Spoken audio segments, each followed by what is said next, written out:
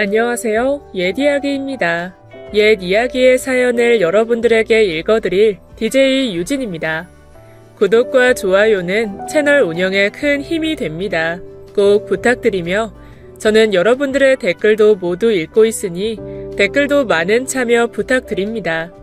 그럼 오늘의 사연 바로 시작할게요. 사연 남녀 구독자님들 안녕하세요. 저는 인천에 사는 30대 여자입니다. 직장이 서울이라서 긴 시간 동안 사연을 들으면서 퇴근을 하는데 이렇게 제가 사연을 쓰게 될 줄은 몰랐네요.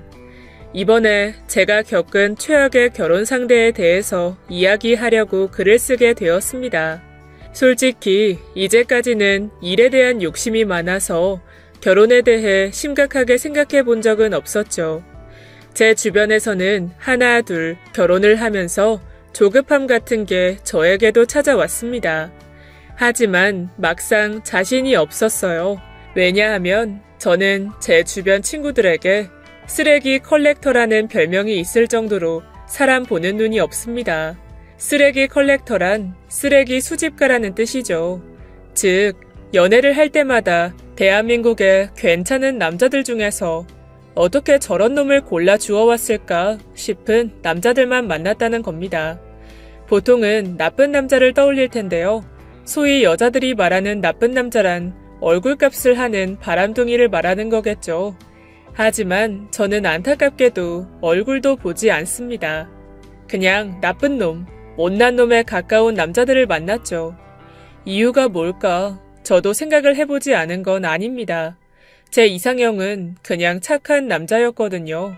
조건도 몸매도 얼굴도 보지 않았는데 오히려 조건을 꼼꼼하게 따지는 친구가 더 좋은 사람을 만나는 건 지금도 미스테리입니다. 그 사람을 만나기 전까지 연애는 총 3번이었어요. 많다면 많고 적다면 적은 정도의 연애를 했죠. 첫 번째 연애는, 아니, 첫 번째 수집한 쓰레기는 제 나이 24살이었습니다. 남들에 비해 좀 늦은 편이긴 하죠.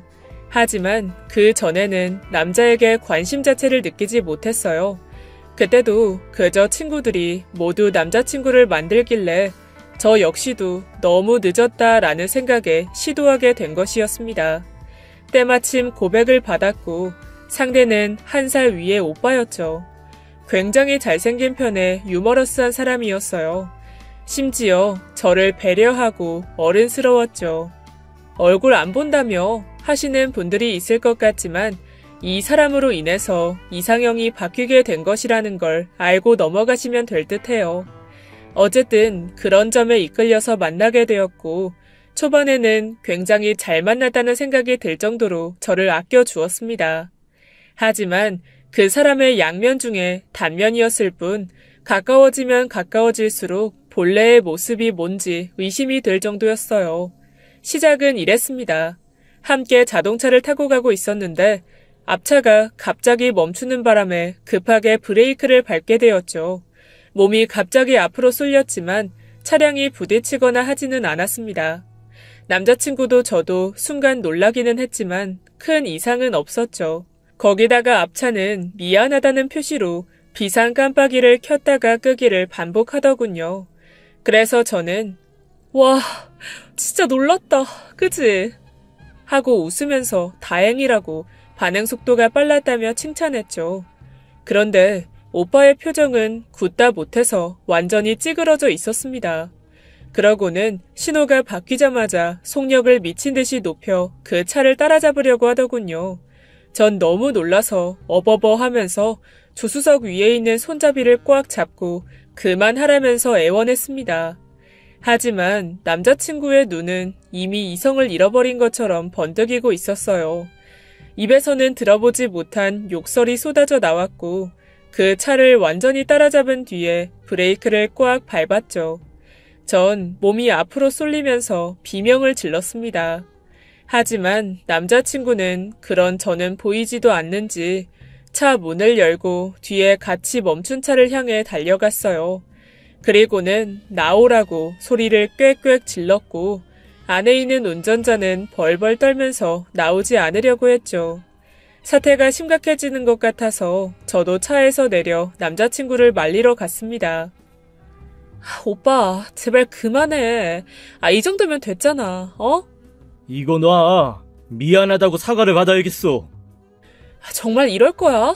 나 진짜 무서워. 그럼 병신처럼 굴까? 이걸 그냥 넘어가라고? 제발. 제발 날 봐서라도 그만해, 저는 화가 난 남자친구의 등을 쓸고 팔을 잡아당겨 차로 이끌었죠. 알았어. 알았다고. 간다고. 저는 두근거리는 심장을 부여잡고 오빠와 함께 차를 향해 천천히 걸어갔습니다. 그런데 순식간에 제 손을 뿌리치고 다시 그쪽으로 달려갔고 백미러를 발로 차더군요. 차 안에서는 비명소리가 들렸죠. 그리고 몇 분 지나지 않아서 경찰이 도착했습니다. 전 순간 너무 놀라서 어쩔 줄 몰랐는데 남자친구는 웃음을 흘리고 있더군요. 마치 별거 아닌 일로 경찰까지 출동했냐는 듯이 짝다리를 하고는 한 손에는 담배까지 물고 있었습니다. 그걸 보고 알게 되었죠. 그 남자가 굉장히 허세에 찌들어 있다는 걸 말이죠. 이날 엄청 심하게 싸웠어요. 하지만 이 일로 헤어지진 않았습니다. 단순히 욱하는 감정에 저지른 실수였다. 내가 다칠 뻔한 게 화가 나서 그랬다는 말에 그냥 넘어갔죠. 아주 가끔씩 그런 모습이 있었지만 최대한 자중하려고 했기에 저도 더는 뭐라고 하진 않았습니다. 그렇게 2개월 정도가 지나 비가 엄청 오는 어느 날이었죠. 그날 저희는 친구 커플과 함께 자취방에서 취업 스터디를 하다가 짜장면을 배달시켰습니다. 배달은 40분 내외에 온다고 했고 저희는 면접 준비를 하면서 즐겁게 기다렸죠. 그런데 1시간이 지나도 소식이 없었어요.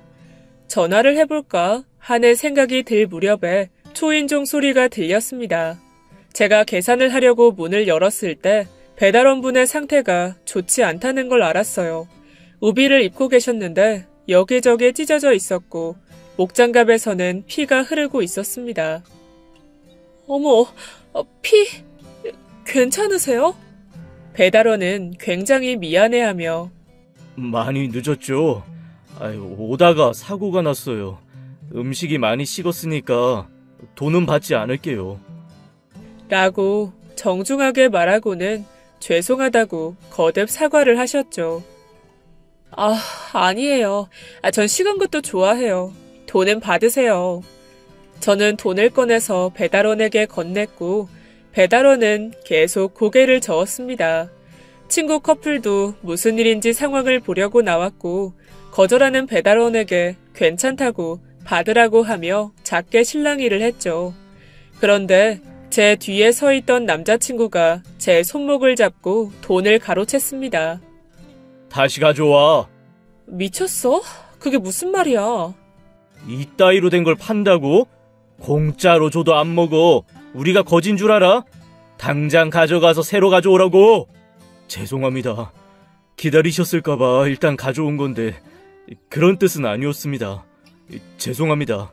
이렇게 짓거릴 시간에 가져오라고. 배달이 나는 주제에. 친구 커플도 남자친구의 어깨를 잡고 그러지 말라고 말렸어요. 하지만 오히려 보는 시선과 만류가 있자 더욱더 날뛰기 시작했습니다. 욕설이 튀어나왔고 배달원에게 무릎까지 꿇으라고 소리치는 걸 보고 간신히 잡고 있던 이성의 끈이 끊어졌죠. 전 남자친구의 뺨을 휘갈겼습니다. 그리고 헤어지자고 통보했죠. 그때 남자친구는 아차 싶었는지 제게 잘못했다고 했지만 이미 제 마음은 완전히 돌아섰습니다. 전 배달원에게 죄송하다고 허리를 숙여 사과하고 돈을 쥐어드리고 세탁비까지 드렸죠. 빗길에 배달을 시킨 저희 탓도 있다면서 거듭 사과했습니다. 그리고 저는 남자친구를 저희 집에서 내쫓았어요. 가지고 왔던 우산을 들려주지 않은 건 작은 복수였습니다. 어디 한번 비 쫄딱 맞고 집에 가라 이런 마음이었어요. 그 뒤로부터 제 이상형은 무조건 착한 남자가 되었습니다. 다음 연애는 2년이 지난 후였고 두 번째 쓰레기는 다행히 착했어요. 비록 가난한 취업준비생이었지만 상관없었죠. 왜냐면 제가 직장에 다니고 있었기 때문입니다. 돈이야 더 많이 버는 사람이 더 많이 내면 그만이라고 생각했기에 큰 문제가 되지 않았죠. 그런데 정도가 점점 지나치기 시작했습니다. 마치 하루 종일 굶고 있다가 뷔페에 온 것처럼 굴었거든요. 그 시작은 늘 끊임없이 눈치를 보는 것이었습니다. 누구라도 돈이 없으면 눈치를 볼 수도 있기에 저는 이 부분은 충분히 배려를 해주려고 기분 상하지 않게 계속 권해야 했죠. 커피숍에 갈까? 저기 괜찮은 커피숍 있어. 아니야. 난 오늘 커피가 별로라. 좀 걷자. 한여름인데. 그래. 그러지 뭐. 하지만 목적 없이 한여름에 2시간을 불편한 구두를 신고 걷는 건 행군이나 마찬가지였고 전 몇 번이나 다리가 아프다고 했지만 꿈쩍도 하지 않더군요. 오후 2시 공들인 화장은 다 흘러내리고 마스카라는 번지고 뜨거운 아스팔트에서는 아지랑이가 올라오는데 숨이 턱턱 막히기 시작했습니다. 저기 나 좀 앉고 싶은데 여름이라서 힘도 들고. 조금만 더 걷자. 어? 커피 그냥 내가 살게. 제발 들어가자. 내가 너무 힘들어서 그래. 날 위해서 가는 거라고 생각하면 되잖아. 어쩔 수 없나? 알았어. 그래도 난 자기가 힘들게 번 돈을 나 때문에 쓰는 게 미안해서. 뭐 이 정도는 귀엽죠. 얼마나 눈치가 보였으면 제게 이렇게까지 하나 싶었습니다. 그런데 문제는 그게 아니었어요. 아이스 커피 한 잔이랑 자기는? 더블 에스프레소 칩 프라푸치노에 휘핑 많이. 그리고 자바칩 토핑 추가해주세요. 뭐? 그래요. 이 녀석은 그렇습니다. 이 녀석은 가장 비싼 커피숍에서 저는 살면서 한 번도 먹어보지 못한 김, 수완무, 거북이와 두루미 같이 이름이 길고 장식이 엄청나게 올라간 그런 음료를 시키는 거였죠. 눈이 핑핑 돌아갈 정도로 높게 쌓은 과자들을 아삭아삭 씹으면서 저에게 부담 줘서 미안하다고 하는 걸 보니 이게 착한 건지 눈치가 없는 건지 헷갈리기 시작했습니다. 하지만 그 정도도 솔직히 귀여웠어요. 좀 부담이 되기는 했지만 그간 얼마나 못 먹었으면 하는 짠한 생각이 들었기 때문이죠. 이런 일은 식사를 할 때도 그랬고 선물을 줄 때도 있었습니다. 전 덕분에 가장 비싼 한우도 먹어보게 되었고 명품이라는 것도 사보았죠. 연애를 하는 내내 제가 받은 거라고는 바짝 마른 드라이 플라워와 여자들 손톱에 바르는 영양제가 전부였습니다. 그게 제 생일 선물이었죠. 그런데 말입니다. 이거 봐. 죽이지? 이거 진짜 최고야. 이거 최신형 아이폰이네? 어디서 났어? 당연히 샀지. 뭘 어디서 나. 이거 사려고 2달간 용돈을 얼마나 모았는지 몰라. 뭐? 용돈? 용돈을 얼마나 받는데? 200 정도? 월세 내고 관리비 내고 식비하고. 헛웃음이 나더군요. 제 월급이 세후 180 정도였기 때문이었죠. 저는 이를 꽉 깨물고 물었습니다. 200? 그렇게나 많이? 자기 집 어렵다고 했잖아. 어렵지. 아버지가 택시 기사 하시는데 내가 얼른 취업이 되어야 할 텐데 걱정이다. 전 화는 났지만 참았어요. 이제까지 그 정도로 용돈을 받는지 몰랐던 건 저였고 남자친구도 일부러 제게 돈을 쓰지 않은 건 아닐 거라고 애써 이해하려 했습니다. 그래도 200인데 내 월급보단 많잖아. 그럼 오늘은 네가 밥 사. 나 맛있는 거 사주라. 어쩌지? 나 차비만 가지고 왔는데. 또? 왜 매번 나 만날 때마다 차비만 들고 와? 그야, 자긴 돈 벌잖아. 난 부모님이 준 용돈이고 용돈으로 연애를 하면 부모님한테 미안하잖아. 안 그래? 이때 전 이미 너덜너덜해진 이성의 끈을 놓았죠. 야, 용돈으로 연애하는 건 미안하고 최신형 휴대폰 사는 건 괜찮니? 너 저번에는 게임 전용 노트북도 샀지? 그건 취업 준비용이라고 치고 넘어갔다. 근데 뭐? 내 돈으로는 괜찮다고? 기가 막혀 진짜. 넌 다음 생에 꼭 모기로 태어나라. 내가 불로 태워서 죽여버릴 거니까. 이 등골만 빨아먹는 기생충아. 아, 님은 갔습니다. 제 두 번째 쓰레기를 그렇게 훨훨 태워 보냈어요. 2년쯤 뒤에는 다니고 있던 회사도 그만뒀습니다. 그리고 자기 개발에 열중하기 시작했어요. 각종 자격증을 따면서 좀 더 좋은 조건의 회사에 취업을 하려고 했죠.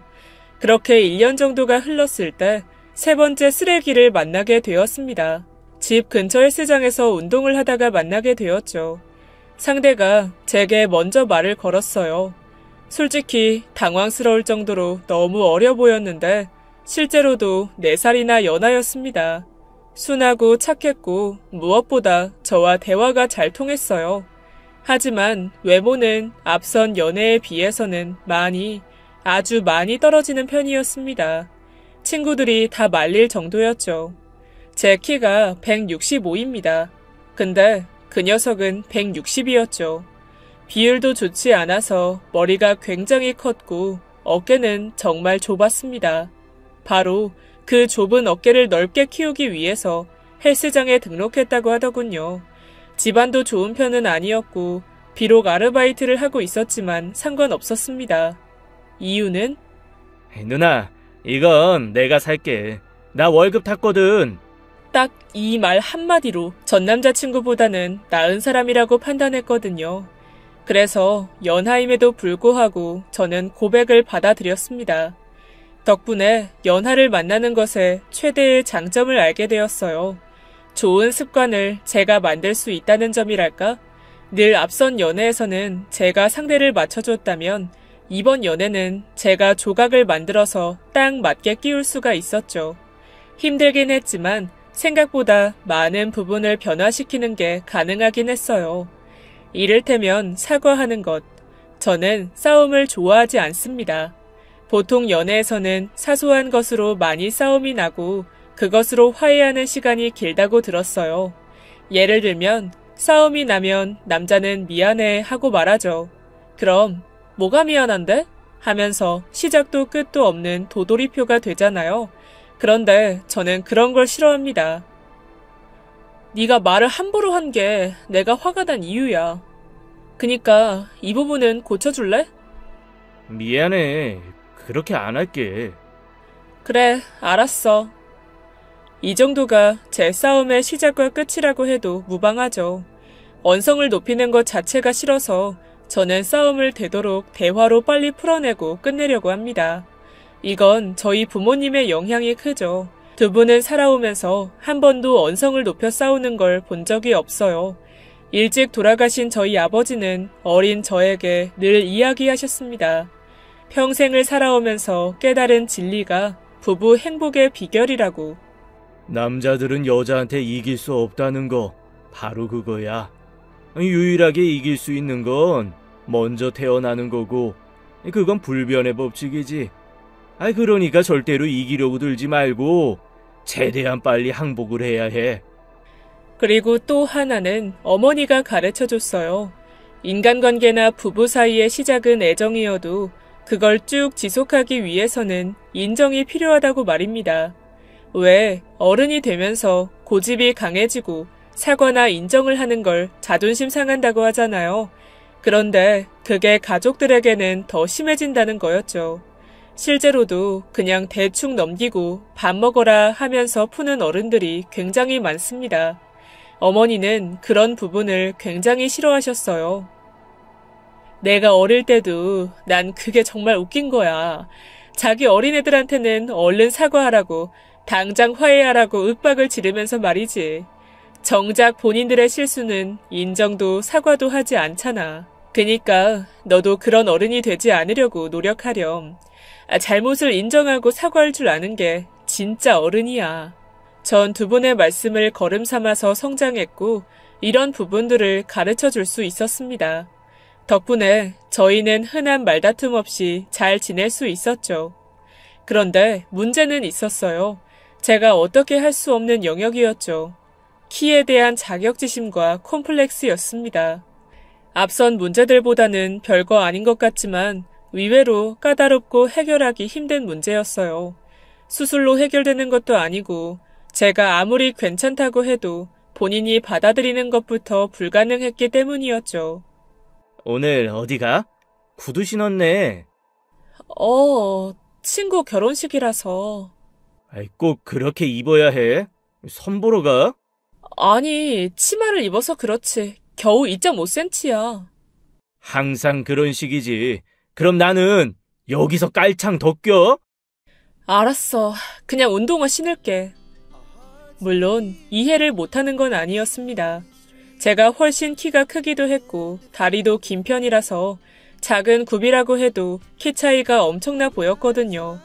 아무래도 제 엉덩이 위치가 본인의 허리 쪽에 있으니 뒷모습을 보면 조금 웃기게 보이기도 했죠. 그래도 전 최대한 맞춰주려고 했어요. 바지를 사도 최대한 내려 입고 티는 항상 엄청 큰 사이즈로 사서 입었습니다. 그러면 엉덩이 위치가 확 티가 나지 않았기 때문이죠. 하지만 그런 노력에도 불구하고 남자친구는 점점 삐뚤어졌습니다. 심지어 본인의 친구들이 저를 모델 같다고 했을 때는 거의 화를 냈죠. 모델은 얼어 죽을. 그냥 말라 비틀어진 거지. 그리고 저거 다 화장 기술이야. 옷 좀 잘 입고. 그러면 누구나 저 정도 하는 거지, 아니냐? 야, 그냥 장난으로 친구가 말한 건데 나도 아닌 거 알거든? 그렇게 정색하니까 더 민망하잖아. 아닌데. 장난으로 말한 거 아니에요, 누나. 정말요? 고마워요. 어색한 분위기에서 술자리가 끝나고 저는 조용히 남자친구를 불러서 왜 그랬는지 물었습니다. 미안해. 안 그럴게. 대체 왜 그렇게 행동한 거야? 내가 물었잖아. 그니까 잘못했다고 사과했잖아. 받아줘야지. 기가 차더군요. 남자친구는 제가 이야기해준 걸 악용하고 있었습니다. 뭘 잘못해도 그냥 사과하면 사과를 받아준다고 생각하고 있었죠. 그래서 일단 지르고 그 다음에 사과하는 방법을 쓰려고 한 것이었습니다. 널 어쩌면 좋니? 나도 짜증나. 왜 맨날 누나만 아까워? 그거야 그냥 하는 말이지. 치켜 세워준 거잖아. 그니까 왜 난 그런 소리를 못 듣는데. 누나 친구들은 왜 그런 소리를 안 하는데. 내가 키가 작아서? 돈도 별로 못 벌어서? 얼굴이 별로니까? 날 무시하는 거 아니야. 아니야. 여자들은 그런 말 잘 안 해.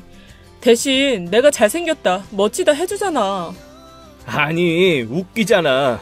난 4살이나 나이 든 사람 만나는 건데 아까워도 내가 훨씬 아깝지. 왜 누나가 아깝냐고. 그래, 네가 아깝다. 아까워. 헤어지자. 그렇게 저는 2개월 만에 3번째 쓰레기를 분리수거했죠. 이 녀석은 아쉬울 거 없다는 듯 헤어지더군요. 알고 보니 꼴에 다른 여자가 있었습니다. 그 여자의 키는 144. 저는 진심으로 축하해 주었어요.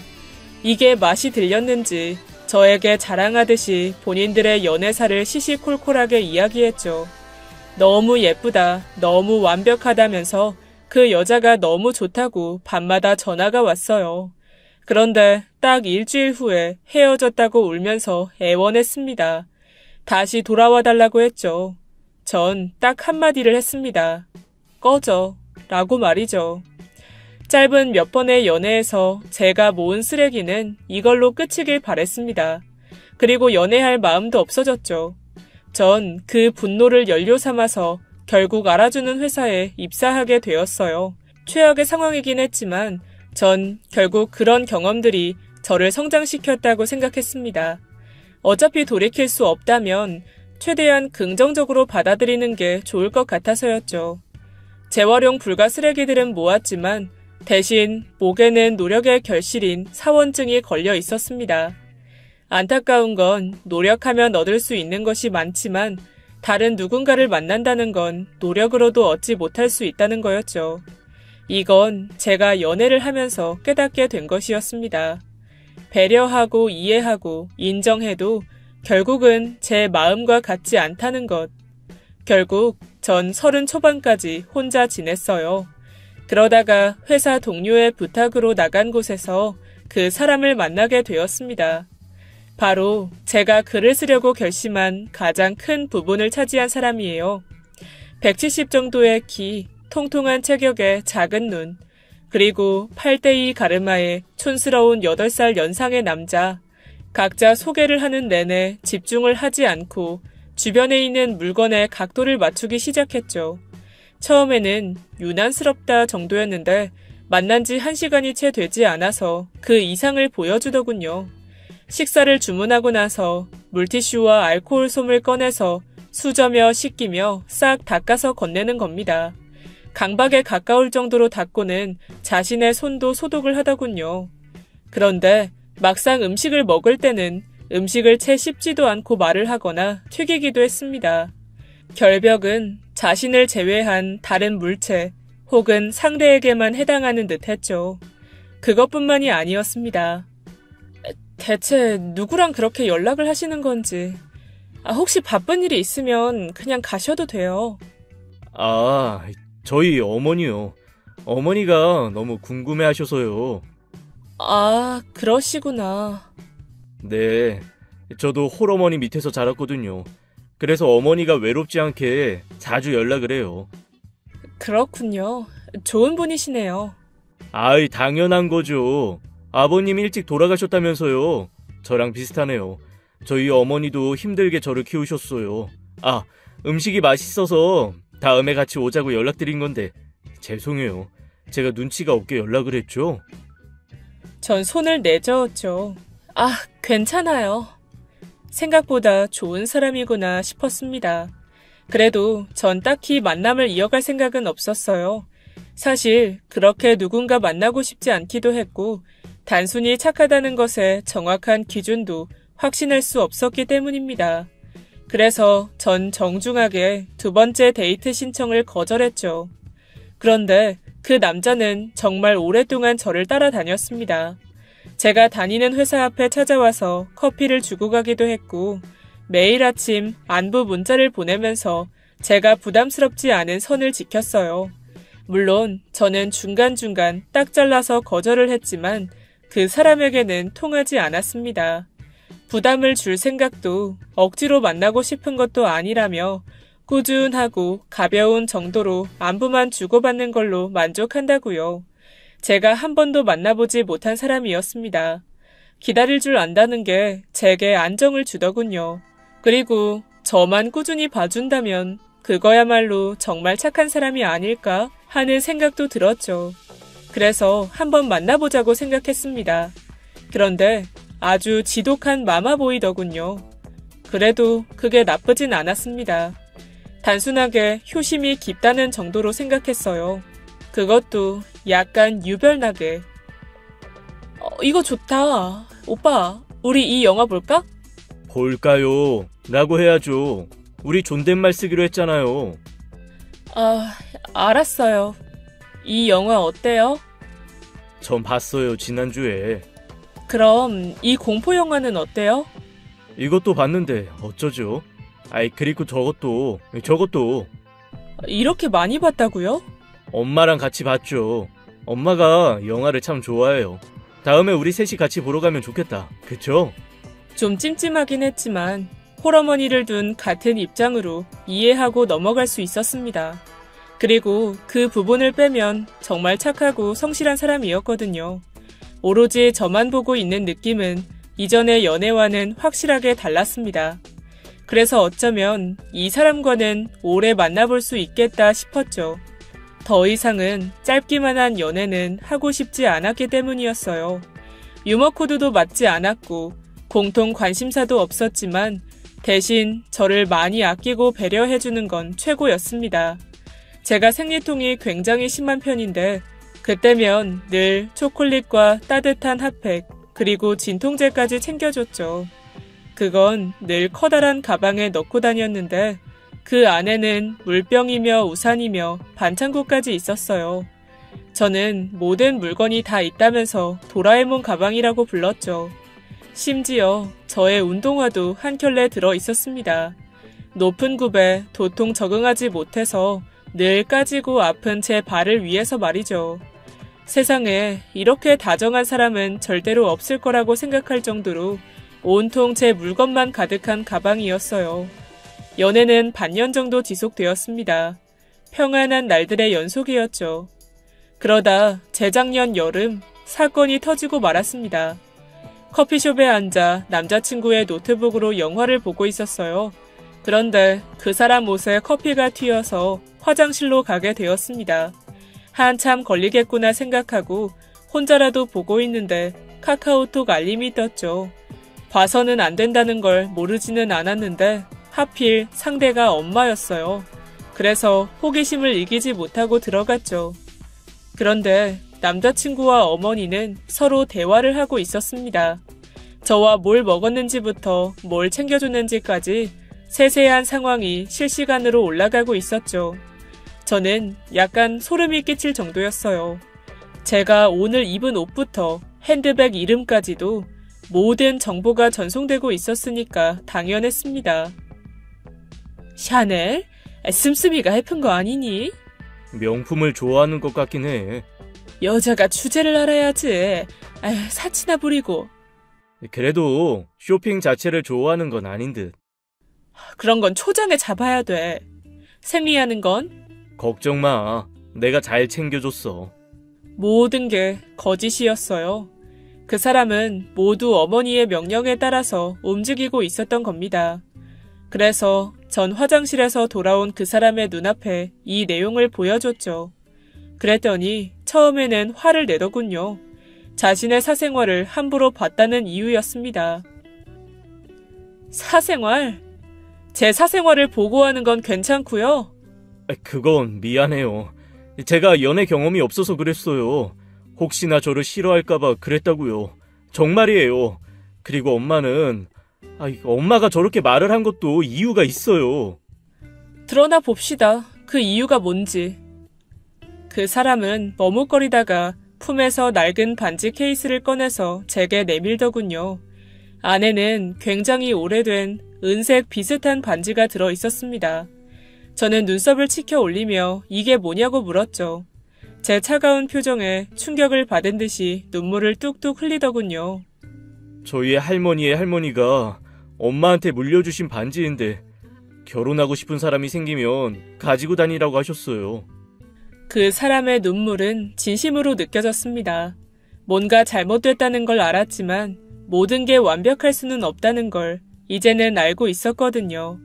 그 결혼을 승낙했어요. 저는 아무리 맞지 않아도 서로 조금씩 양보하면 된다고 생각했습니다. 맞춰가다 보면 저희 부모님처럼 그렇게 살 수 있지 않을까 하는 그런 생각이 들었죠. 저는 저희 어머니께 말씀드렸고 그 사람도 그렇게 결혼 진행을 알렸습니다. 운이 따라줬는지 제가 아파트 청약에 당첨됐는데 입주 날짜까지 결혼식과 비슷하게 맞춰져서 너무나 순조롭게 시작하게 되었죠. 애초에 당첨 사실도 몰랐던 그 사람도 뛸 듯이 좋아했고 저 역시도 마찬가지였습니다. 하지만 코로나로 인해 결혼식 날짜를 미루고 또 미루게 되었어요. 이사도 돕고 짐 정리하는 것도 내가 도울게요. 이왕 이렇게 된 거 미리 들어가서 살아도 좋고요. 갑자기요? 실은 결혼 후에 내 방을 꾸미고 싶었거든요. 시간 들여서 천천히 하면 좋잖아요. 그렇죠? 그야 그렇죠. 근데 아직 제 짐도 못 풀었는데요. 제가 다 정리해 둘게요. 제가 또 정리는 잘하잖아요. 전 고맙다고 하고 짐 정리를 맡겼습니다. 전 회사 일도 바쁜데다가 아직 그 아파트로 들어갈 생각이 없었기 때문이었죠. 그래도 온전히 모든 일을 맡겨 미안한 마음에 생필품과 초밥을 사들고 집으로 찾아갔어요. 집에 들어서자마자 모든 게 텅텅 비어 있었습니다. 너무 완벽하고 깔끔하게 거실이 정리가 되어 있었죠. 그런데 안방을 본 순간 너무 놀라고 말았어요. 여기 있던 아버지 유골함 못 봤어요? 그거 버렸어요, 제가. 왜 그런 걸 집에 둬요? 뭐라고? 어디에? 우리 엄마가 그런 거 부정 탄다고 버리라고 했어요. 어디에 버렸는지 알면 다시 찾아오게요. 안 돼요. 귀신 들린 물건을 집에 들이면 저희한테 좋지 않아요. 야, 어디다가 버렸어? 존댓말 하라고 했죠. 자꾸 무식하게 굴래요? 서로 존중하고 배려하면서 살자니까요. 전 정신을 반쯤 놓고 맨발로 아파트를 빠져나왔습니다. 그리고 쓰레기통을 계속 뒤지기 시작했죠. 손에서는 땀이 흘렀고 눈물도 흘렀습니다. 미쳤어. 저는 저 자신을 책망하면서 손에서 피가 나는 줄도 모르고 유리를 따로 모아둔 함에 손을 쑤셔 넣었죠. 몸이 벌벌 떨리고 이가 딱딱 부딪혔습니다. 누군가 와서 괜찮은지 물었지만 아무것도 들리지 않았어요. 아빠 하면서 저는 계속 쓰레기를 뒤졌습니다. 그때 저를 염려하던 목소리의 주인공이 저를 잡아 세우더군요. 눈물 때문에 앞이 가려서 잘 보이지 않았죠. 저는 계속 울었습니다. 이거 나요. 아빠를 찾아야 된다고요. 백사오 총각, 무슨 일이라고? 저 이분이 지금 뭘 찾고 있다는데요. 아빠라고. 아빠? 혹시 유고람? 저는 너무 놀라서 미친 듯이 고개를 끄덕였죠. 경비 아저씨는 기다리라고 했지만 저는 뒤를 쫓아갔습니다. 그런데 다리에 힘이 풀려서 처음 본 남자가 저를 부축해 주었죠. 다행히 경비 아저씨의 손에 들린 건 저희 아버지께 맞았습니다. 혹시 몰라서 자신이 보관하고 있었다고 하더군요. 먼저 거듭 감사를 표했습니다. 저는 그걸 끌어안고 다시 엉엉 울음을 터뜨렸죠. 1004호에 산다는 남자분은 제게 슬리퍼 2짝을 신겨주시곤 돌아가셨습니다. 한참을 앉아있다가 정신을 차렸고 저는 그 유골함을 경비 아저씨께 맡아달라고 부탁했어요. 그와 동시에 복수를 다짐했죠. 저는 월차를 쓰고 아침에 남자친구의 짐을 모두 싸서 착불로 보냈습니다. 그리고 그 사람이 소중히 여기던 값비싼 피규어를 고아원에 기부해버렸죠. 속이 시원했습니다. 그리고 비밀번호를 바꾸고 그 집에서 나와버렸어요. 야, 너 미쳤어? 이대로 끝내자는 거야? 내가 그걸 어떻게 모았는데 그걸 버렸다고? 우리 아버지를 버린 것보단 훨씬 나아. 그리고 존대하신다면서요. 왜 무식하게 반말이니? 난 지금 화가 났잖아. 당장 돌려줘. 그리고 싹싹 빌어. 아니면 너랑은 끝이야. 끝내. 그럼 되잖아. 그래, 좋아. 너 그럼 당장 아파트 반값 내놔. 뭐? 저는 순간 귀를 의심했습니다. 파혼 위자료라면서 아파트를 판 값을 정확히 받겠다는 소리를 하더군요. 멍청한 건 내가 분명 인지는 하고 있었는데 위자료를 받는다고? 결혼도 안 하고? 너 이 정도로 멍청했어? 너 위자료 줘야지. 법적으로 그래. 너 때문인데 내가 고소할 거야. 법?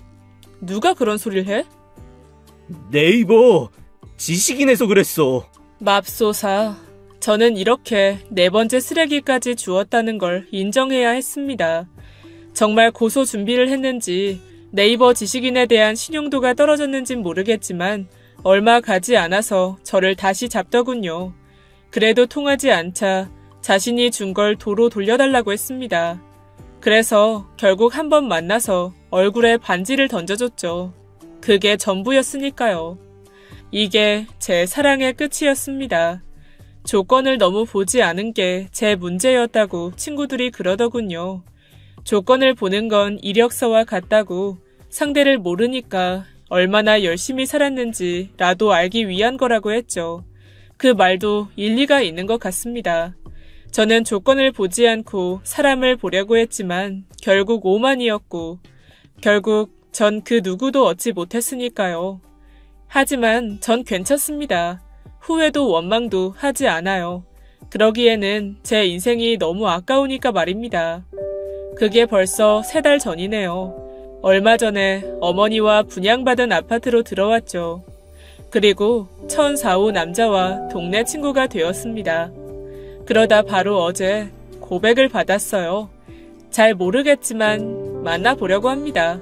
전처럼 저번 연애보다 나은 사람이면 된다가 아니라 한 번도 상처받지 않은 것처럼 사랑해 보려고요. 후회 없이. 지금까지 예디야기였습니다. 끝까지 함께 해주신 여러분 진심으로 감사드리며 저는 내일 이 시간 다시 돌아올게요. 감사합니다.